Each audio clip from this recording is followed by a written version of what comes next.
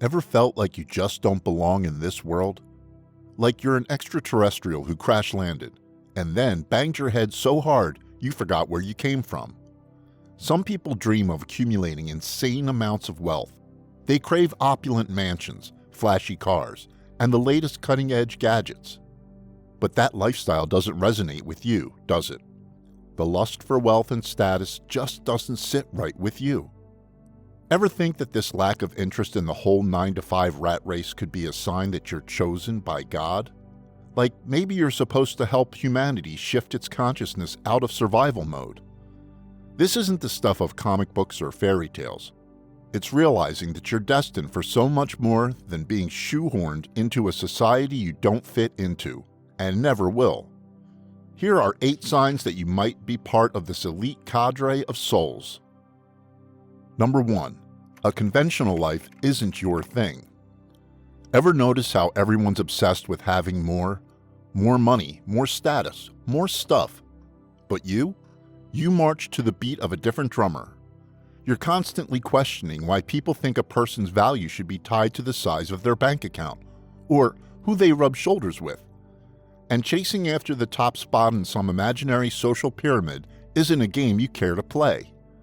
For you, bliss isn't found in fleeting chemical-induced euphoria, but in simplicity. A quiet walk out in nature, a book brimming over with life-changing ideas, or a project that uplifts those in need.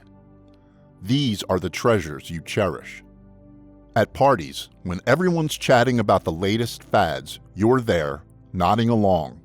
But actually, you're diving deeper, filtering out the surface-level banter, trying to connect with the glittering diamond of awareness hidden behind the person's ego. This is so much more rewarding to you than idle chit-chat. Number 2, you're immersed in the eternal now. As a spiritual trailblazer, you're always connected to your inner energy body. This is a gateway to the now, the eternal present moment. By maintaining this connection, you experience an imperturbable serenity. Picture a lotus gently floating in a pond. It's blissfully oblivious to the water swirling around it. That's you, a serene oasis amidst the chaos. Distractions, such as the ping of new emails or the roar of traffic, don't rattle you. The ego-dominated mind dwells on the past experiences and future anxieties. But you've mastered the art of connecting to your inner energy, which means you can step out of the stream of compulsive thinking anytime you want. This is fantastic news, considering that most suffering stems from thought. In a world of raging egos, your presence is a gentle reminder of the power found in the eternal present. What's more, the energy you emanate ripples out to the rest of the cosmos, profoundly transforming everyone around you. And it happens without you uttering a single word. Number 3, you're on a lifelong quest for spiritual enlightenment. As a part of the spiritual task force, your desire for enlightenment is unquenchable. You've connected so firmly to universal intelligence that your ego has faded into insignificance. Your consciousness now extends in infinite directions. It radiates outward, touching the furthest reaches of the cosmos and beyond. In this higher state of being, the illusion of separation melts away. You're a part of everything, and everything is a part of you. You see things this way because you embody unity consciousness. You laid the groundwork for this by practicing meditation and other spiritual disciplines.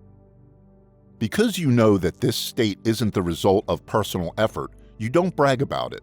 You know it's due to the grace bestowed upon you by higher intelligence. It can only come to you when you're ready to release all that tightly binds you to a too limiting view of reality. Because every experience helps you evolve. You never label anything as good or bad. Things just are. Number 4, you engage in spontaneous right action. As someone training to be an enlightened being, you've noticed that when you act from a profound presence, your actions align with the totality. This is what's called spontaneous right action. Engaging in it creates positive outcomes for yourself and everyone else. You've learned that actions taken without regard to the totality are destructive, but actions arising out of the presence are nurturing and harmonious. These are things you do that are the most beneficial among an infinitude of options. Intuition is an inner voice tuned into the interconnectedness of all things, and rather than overanalyzing every choice, you trust this instinctive guidance. Your intuition doesn't just take into account only your own well-being, it also considers how the energy of your actions affects the lives of every other being, and it does it faster than a galaxy-spanning supercomputer could. If we made spontaneous right choices all the time, we could turn the Earth into a paradise.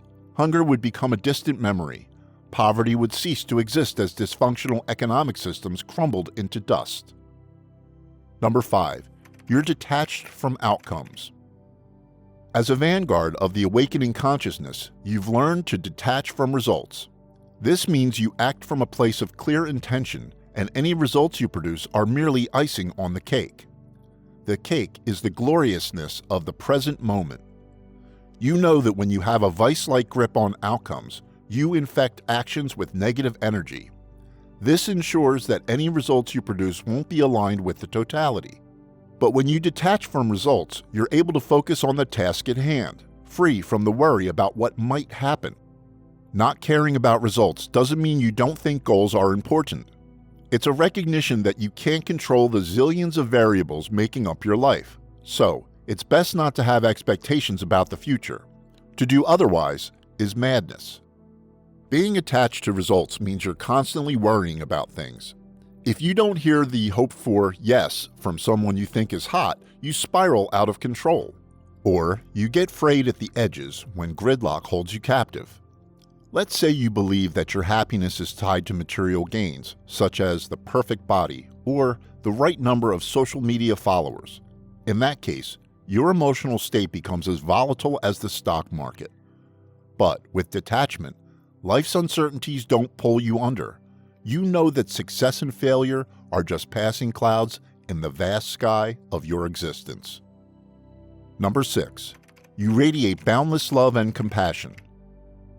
As a spiritually advanced soul, you radiate love and compassion to everyone you meet. You move through life with a heart so open, it's as if you're carrying around a 10,000 megawatt lighthouse wherever you go. Every action, every word, and every thought is infused with the purest love for all beings. You don't differentiate between the worthy and the unworthy, the strong and the weak, the rich and the poor. To you, all beings are mirrors of the one true consciousness. You believe that everyone deserves the same all-consuming love that you give to family members. You ache to free all beings from suffering, to guide them out of their self-imposed hells. You see others not as separate from yourself, but as radiant reflections of the divine. While the world devolves into separation, you feel profoundly connected to everything, and your love is so intense it transforms everyone you meet, turning strangers into intimate acquaintances and enemies into friends. Number 7. You've smashed your fear of death into smithereens. As a member of the metaphysical A-team, you know death isn't the final chapter. So many people see death as a tragic event, but you know that it isn't.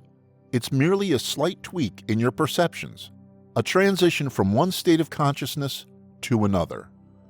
Every night during sleep, you have the most amazing astral adventures.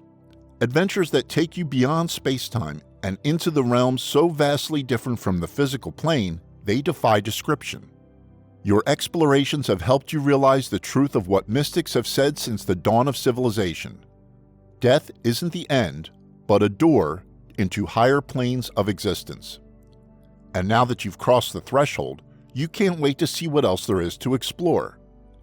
Moving around the space-time continuum without a physical body is exhilarating. Best of all, your experiences have smashed your fear of death into smithereens. This perspective is informed by spiritual teachings that emphasize the eternal nature of consciousness, suggesting that what we conventionally perceive as the end might be a doorway to an expanded and liberated state of being. This liberation from the fear of death allows you to navigate life with a sense of peace, acceptance, and a deep understanding that there is more to existence than meets the eye. It's a realization that death is not the end, but a transformative juncture in the eternal journey of the soul. Number 8. You don't see yourself as a chosen one. Heads up, the title of our video was a little misleading. Because we have a flair for the dramatic, we chose a title that's a bit of a curveball. The truth is, God doesn't choose anybody. While some religions peddle this elitist view, it's not how true spirituality works. So, paradoxically, the number one sign of a chosen one is not believing they're chosen. They're as humble as they come and don't seek pedestals. They simply are, quietly unassuming and quite ordinary. They don't see themselves as more special than anyone else. Spirituality is full of paradoxes. Being comfortable with them is critical to understanding the non-dual nature of reality. At Salam Soul, this is something we love to talk about. Check out our other videos if you're itching for more spiritual deep dives. We have loads of stuff that'll get you thinking in new ways and challenge how you see the world.